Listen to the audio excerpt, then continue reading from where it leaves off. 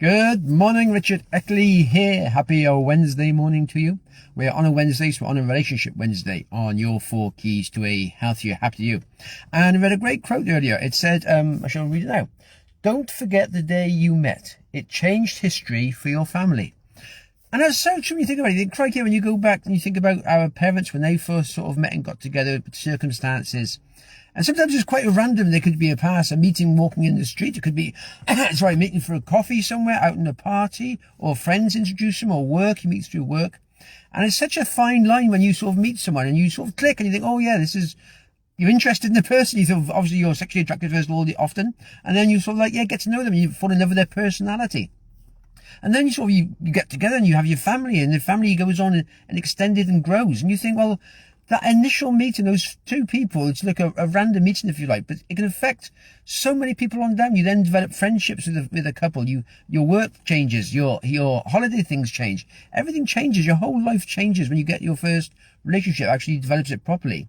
And then once you have your kids, that's an effect again that goes on through. It's like a knock-on effect, and they're going to affect different areas. Who knows what your children will do in the future? So if you hadn't got together, they would not have existed.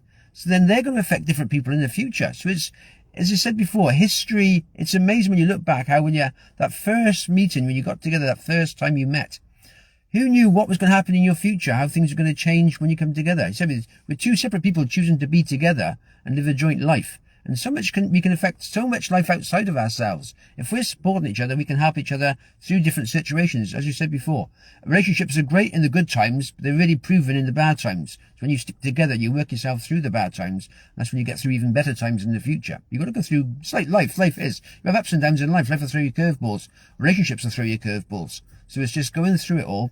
But then it's always thinking back to when you first met, how that first meeting, it's changed history. It's changed history for a lot of people. It's changed their futures. For you just meeting that partner and clicking and doing the things you've done affects other people. And then I said, later on when your children come along, they can affect other people, hopefully in a good way. And it goes on to grandchildren, great-grandchildren. So you never know in 2 years' time how many people you will have affected with your first initial get-together and you started off with, and how you change your life with your life and other people's lives as well. So yeah, I was going to say it's really good to look back and think, I've made history, I've changed my history, but I'm going to change other histories in the future just by getting together. So it was good to think back on that first day you met and think, things were meant to happen. Sometimes you come together when we're supposed to come together. Sometimes you go through relationships which aren't supposed to be, and other times you go to ones that are. And then once you find it, it's happy days. There we go. Have yourself a good one. All the best for now.